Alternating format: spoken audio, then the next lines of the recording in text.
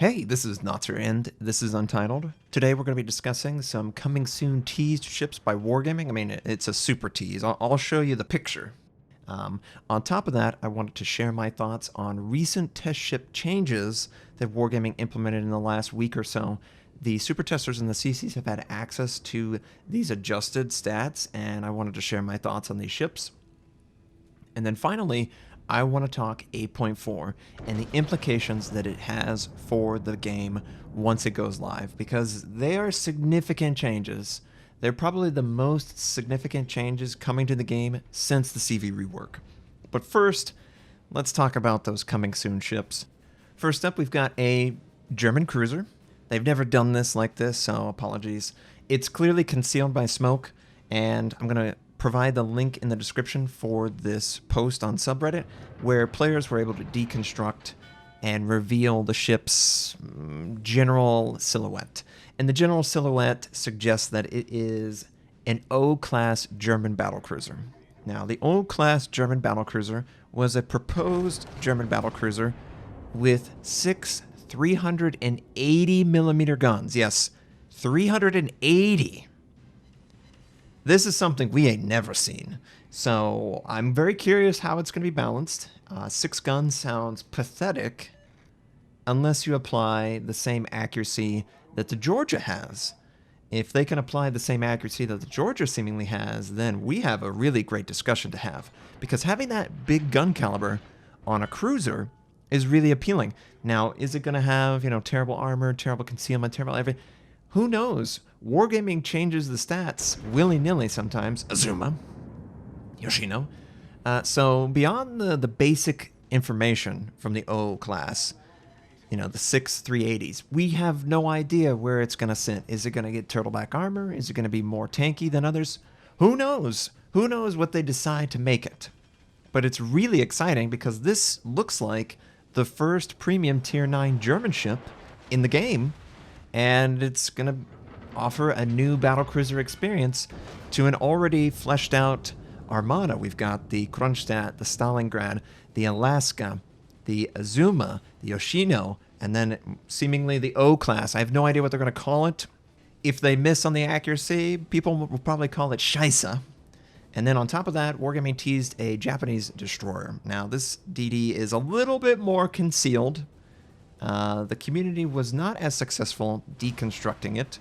Their theories are it's a Shimakaze hull, and it may have 100mm for guns. I can't verify the validity of this. Even if I did verify it, that would be breaking NDA. So your guess is as good as mine at this point. I just know that the O class is very interesting. It's the first premium tier 9 or tier 10 German whatever. And I love German ships. I love German DDs, battleships, cruisers. I even love German aircraft carriers. I'm very excited to see the possibilities that this O class could bring, especially after going through the Georgia. Georgia's really great. I love the accuracy model that they did for it, and applying that to this ship, it's a no-brainer. So I expect that will be the case. It'll be accurate, but, low amount of guns, DPM's going to be an issue, Alpha's going to be an issue. But we'll see how all it shakes out when the ship is shown off, probably closer to 8.4 being out. And as far as the German cruiser is concerned, there is a little bit of developer confirmation, because probably about a month ago, someone asked, would you ever consider doing the O class? Part of one of the Q&A, and Sub-Octavian basically gave a smile. That confirms it right there, that this is indeed going to be on the release schedule, and clearly it's close because they're teasing the model. So very excited to see all these ships. Curious to see how they play. Go from there, right? Now, on top of that, we've got test ships that changed. One, the Kreml. The Kreml adjustment is not very significant, and I don't necessarily know that I notice it as much as maybe I want to. But what they did is they improved the Sigma from 1.7 to 1.8. Just a massive improvement, man. It's such a tiny jump. And then they improved the rate of fire from 34 seconds to 33 seconds. Whoa, let's be careful. Don't want to overbuff it. Clearly very, very, very tiny buffs to a ship that some CCs just don't like. They feel like it's underpowered. Certain situations, it does feel very inadequate. You basically have the same amount of guns as the Yamato, with, I think, 0.3 Sigma worse. I mean, it is a huge drop-off in accuracy. And, you might be comparing it to the GK, which has 1.7, but it has 12 guns. So that Sigma is not as bad on the GK as it feels on the Kreml. Now, of course, if you move forward, it doesn't feel bad at all. But you can't really move forward as effectively as you would like, especially with the aircraft carrier. Most of the games I have found playing the Kreml, I barely get out of the spawn before the aircraft carrier passively scouts my horrible air detectability. And then I have 3 and 4 enemy ships openly firing on my position as I'm trying to get into the accurate gun range of the ship. It's very frustrating right now, but that may change in 8.4, and I'll get to that part of the topic. Other ships that they changed, the Tier 10 French DD, it got worse detectability, and it has worse detectability when firing from smoke. It's still really great. This just limits the concealment to such an extreme. What players and I myself would find is with the previous detectability, and you could get it down to I think 6.6 or 6.3, you could basically use your unrelenting speed, 54, 55 knots with speed boost, to rush in and cover that 1 kilometer worth of detection advantage that something like a Shima might have, and just knock them out of the game with your main battery reload. It's a little harder to do, but you can still torpedo. So I think it's a fair change. My only concern is that the Tier 9 didn't receive any adjustment, and it has the exact same stats. So it's just better. But that may be because they don't want to make adjustments until they really lock down what the Tier 10 is going to represent for the line, and then they can weaken them as a response to that. The Indomitable got its rockets nerfed. They do 300 less damage or 200 less damage. I don't really like that change because the Indomitable doesn't really feel that good. At times, different armor values, you can't pin it. You can't pin it quite like you can with the Americans with that extra HE pin. The Yoshino, it has the 12 kilometer range Zao torpedoes, and that's the only torpedoes that you can test. Those torpedoes are awful. I can't hope to outconceal it. If I go a full concealment build, I can get it down to 11.9 kilometers. So I have 100 meters of dead zone where I can still torpedo. Yeah, it's great. Oh, by the way, Azuma, there is no place you can hide. You have no armor. My 457s will overmatch literally every inch of this ship. So bow, stern, broadside, doesn't matter. We're going to kill him. I was so excited to see that the Azuma came forward too fast, and this is just going to be easy kill. There's nothing else to say about this. This is why this ship sucks. Because certain battleships just laugh at it. It's a comedy routine, honestly. It just takes so much damage. I don't want to talk about that. But Yoshino, 12 kilometer range, torpedoes, basically useless. I haven't found a legitimate use case for them. And unfortunately, they're the only ones I can test right now. So definitely going to stick with the 20 kilometer range torpedoes, given the chance or the option, if that's even on the table. And this guy's broadside. Couldn't kill him. He was just a little bit outside of my front gun, so I had to angle a little bit. Took a little bit longer to kill him, but 3 or 4 more seconds, no big deal, right?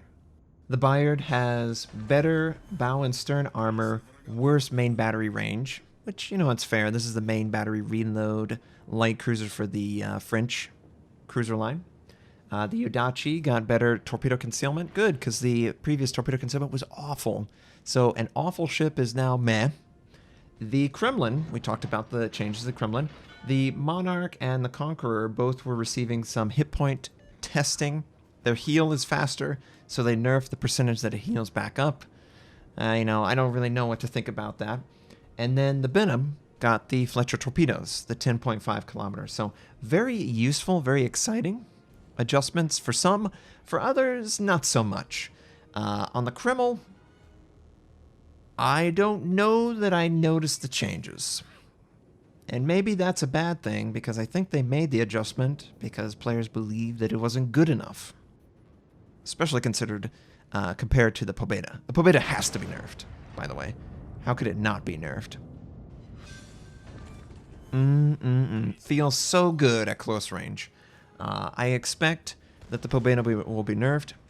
The Kreml should work in the next topic. So we're going to get to 8.4 and talk about why I think the Kreml changes are good. So in 8.4, you're going to have a delay scout by the aircraft carrier. 45 seconds for tier 10, and then 30 seconds for tier 8. Obviously, the Kreml's not going to fight tier 6, so who cares?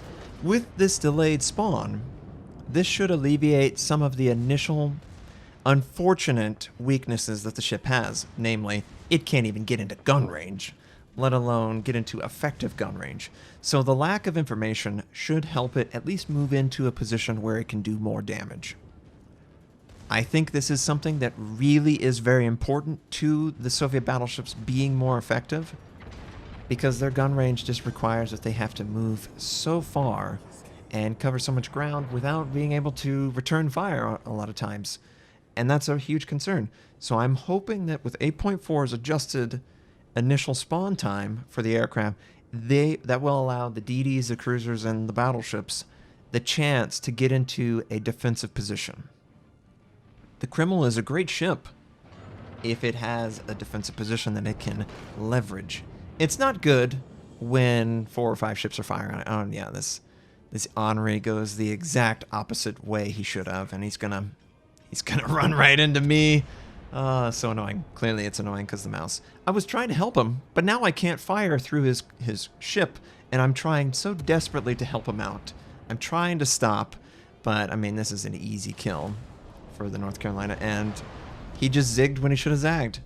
But yeah, 8.4, that adjusted change, and then the speed boost adjustment, the engine boost ability of the aircraft, that's gonna cripple their ability to quickly get across the map, and the delay spawn will also contribute to that.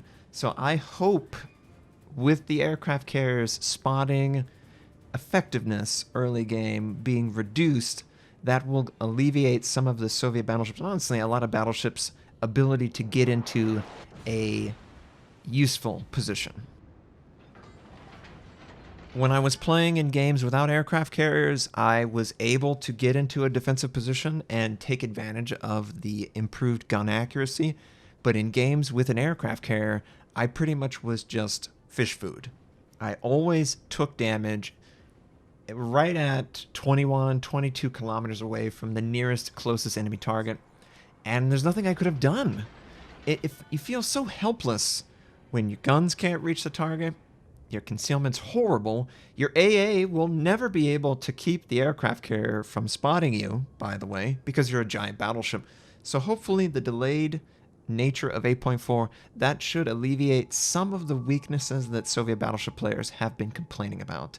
I think those are legitimate concerns, and I'm just hoping that 8.4 adjustment to the CV is all that's required, because boy is it a lot. You're asking aircraft carriers to start their game later and play the game slower, all in one patch. I think that it's a little too much to bite off. Oh, by the way, I switched to HE. I'm hoping that the Shima who captured this is going to maybe aggressively round this corner. He's going to find out real quick. Russian guns don't miss at point blank. At least that's what I'm hoping. So, you know, overall 8.4, not a lot of changes to surface ships, but the way aircraft carriers interact with everyone, it's a significant adjustment, and it needs to be considered before more changes are made, in my opinion. Now, that does mean that kind of the Kreml is gonna be with this version in 8.4. 8.4 is supposed to be the Soviet battleship launch. Does that mean that the Kreml is probably going to be a little underpowered? I don't know that it's a bad thing, because it is a line ship. It can always be buffed or nerfed, you know? It's okay if it's slightly weak, you know? Look at the GK, look at the FDG, look at the Bismarck. These are ships that have been weak and weaker at times, and Wargaming have changed them. The concern, of course, is that they released the Pobeda, and it's just objectively better than the Kreml. And for most of the meta, it's going to be objectively better, because it's going to have that long-range accuracy that the Kreml does not have. It is a brawler. It absolutely is a brawler, and it needs to get relatively close to the enemy to feel like it's hitting anything. But I have definitely enjoyed my time playing all these ships with the changes. I feel like I can still be very effective in my French DDs. The Benham's really cool. The Yoshino, I don't really like that change at all. For the Conqueror and the Monarch, I mean, the Monarch just feels bad to me. And for the Conqueror, it probably was too good with the improved heal, so I totally understand those changes. I'm very curious to see how it all shakes out.